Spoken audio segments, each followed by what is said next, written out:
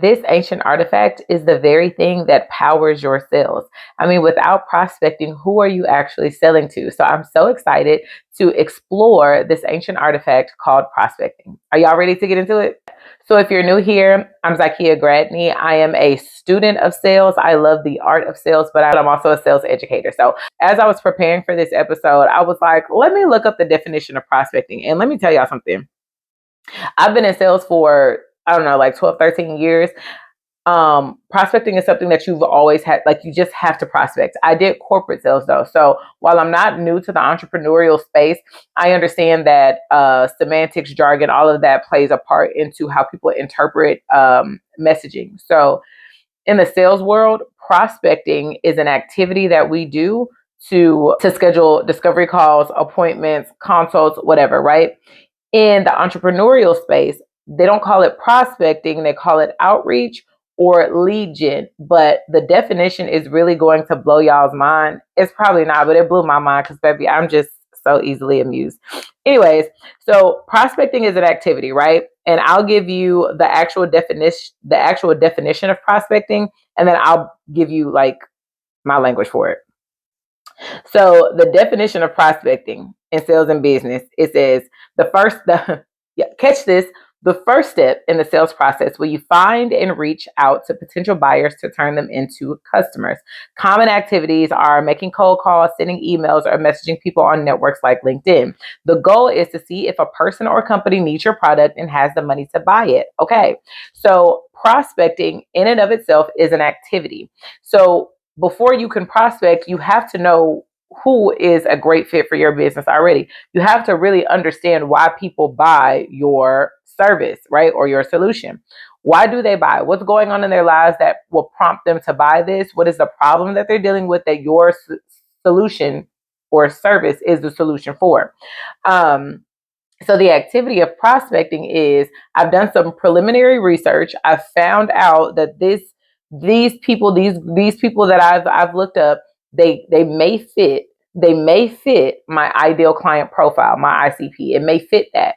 So because it may fit that, I'm going to call them to see if I can schedule a meeting with them to discover if they are actually a viable candidate, a viable prospect, a prospective client for the services that I offer. So it's a vetting process. The cool thing about prospecting that most salespeople don't realize is that while you are trying to get that customer to say yes to you, you should also be vetting them out to see if they're a good fit for you. Where we drop the ball is we are a lot of times powered by the need to book appointments. I got to book appointments. I got to have X amount of number of appointments or whatever. So we look for quantity versus quality. But if you go for quality versus quantity, you have a higher percentage of closing that call when you actually have it. So when you're prospecting, outreach, looking for customers, you should be vetting them out. You should have a moral compass to say, okay, this person probably is not a good fit. So anything that I say, I will be convincing them to have a meeting with me.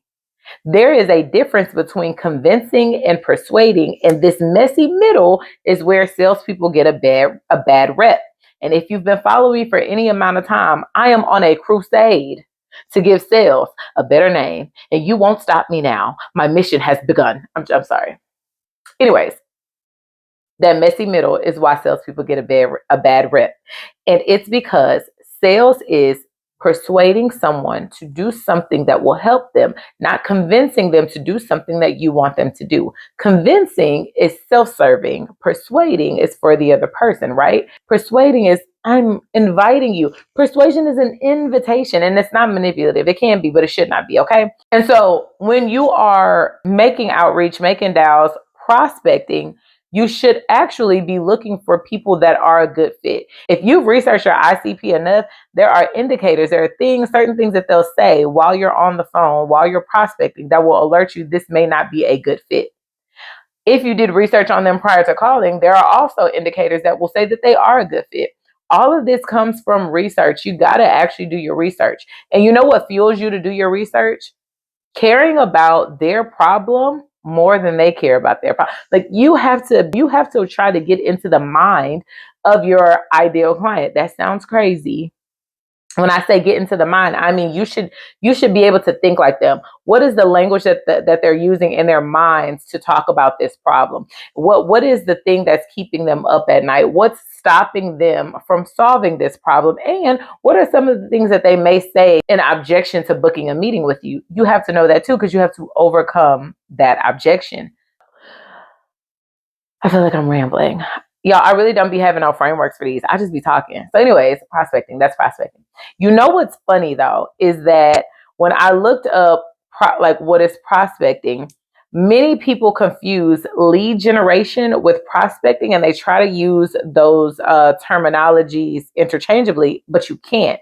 And let me tell you why. My entrepreneurs, this is for you. I want to release you from the thought that you're doing something wrong.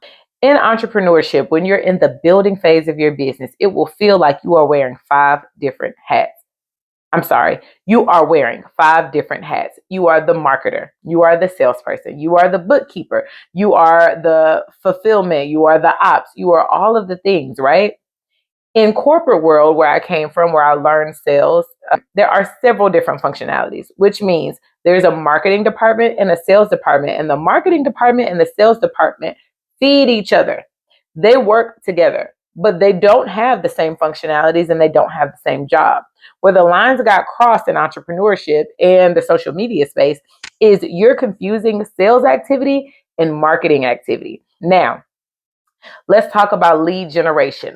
From a marketing perspective, lead generation is the top of the funnel. That's how people get into your universe. That's the awareness stage. You got a lead gen at the top, right? So lead gen is a marketing activity.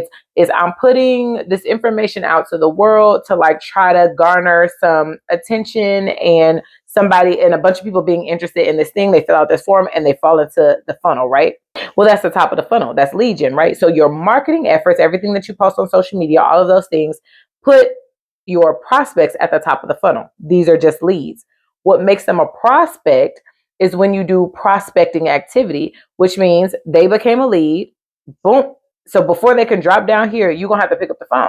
So you're gonna call this group of people and you're gonna say, "Hey Becky, this is IKEA with Curiosity to Cash. How are you?" Awesome. Well, I know I called you out of the blue. Do you have 5 minutes? My reason for calling, though, Becky, is that I was taking a look at your website and it looks like you're in the building phase of business. And I really love what you're doing in your business. So in this phase of business, you're probably wearing 5 different hats and you are trying to figure out, where is this consistent paycheck going to come from? Does that sound familiar? Great. So my job is to actually take away some of those hats, but I'd love to schedule a call with you just to talk through your business. I want to learn how you got started and what your future goals are to see if we may be able to help you out. Do you have availability Tuesday at 3 o'clock? That was just a quick talk track. You obviously want to get more feedback. You want to get the person talking, but those prospecting calls should not be long. You're calling to schedule a meeting. The meeting will be long. The meeting is there for you to discover things, and we'll talk about that later. But entrepreneurs, I want to release you from this hold, okay? Lead gen and prospecting are not the same things, and that is why you feel exhausted, because you're trying to get a result from lead gen that can only come from prospecting. So here's how I want you to switch that hat out.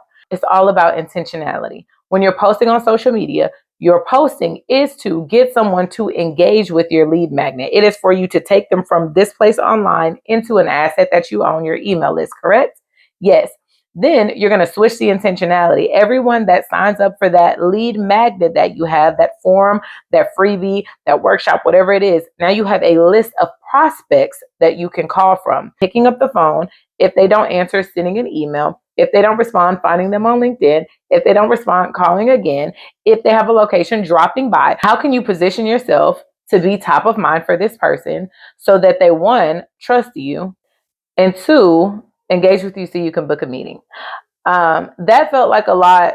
Watch this episode if you need to. But to recap, lead gen and prospecting are not to be used interchangeably. Lead generating is the top of the funnel for marketing activity. Prospecting is the top of the sales process, okay? Lead gen is marketing. Prospecting is sales. These are activities that you do. Lead gen is one-to-many. Prospecting is one-to-one. So I hope that helped you out framing how to prospect. Now you got to go do it, right? I done gave you the information. Now you actually have to go prospect. So I challenge you today, whether you're a salesperson or an entrepreneur, go prospect. How do you do that? Pull up a list of people that have engaged with you in the past and call them. Let them hear your voice. Is it going to feel weird? Absolutely. Is it going to be clunky? The first couple of calls may be. Are you going to sound crazy? Probably. But guess what happens when you work a muscle over time? It gets stronger. So you can be afraid and run from this activity, or you can lean into it and go ahead and establish now that this is probably going to be clunky. Go practice in the mirror, go practice in front of the phone. Think about the intent and work it backward. The intent of this prospecting call is to book a meeting with them. They have a problem. You have a solution. You're not trying to sell them on that call. You're trying to book a meeting so you can learn more about them. The intent is to book a meeting. Can you book a meeting? If you call 10 people, can you book 2 of them? That's the challenge.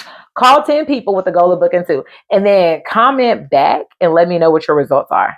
Also wanted to plug that I will be doing a workshop, a virtual workshop, September 17th at 12 o'clock. In this workshop, I'll be teaching you how to run an actual discovery call, consult call, or sales call. It's going to be really jam-packed with information. We're going to be doing a lot of interactive stuff. So if you want to get better at selling in your career or in your business, you should be at this workshop. This has been the second installment of The Lost Art of Sales, where we discovered the ancient artifact of prospecting. I hope that was helpful for you guys. Okay, thanks for watching. I'll see you in episode 3.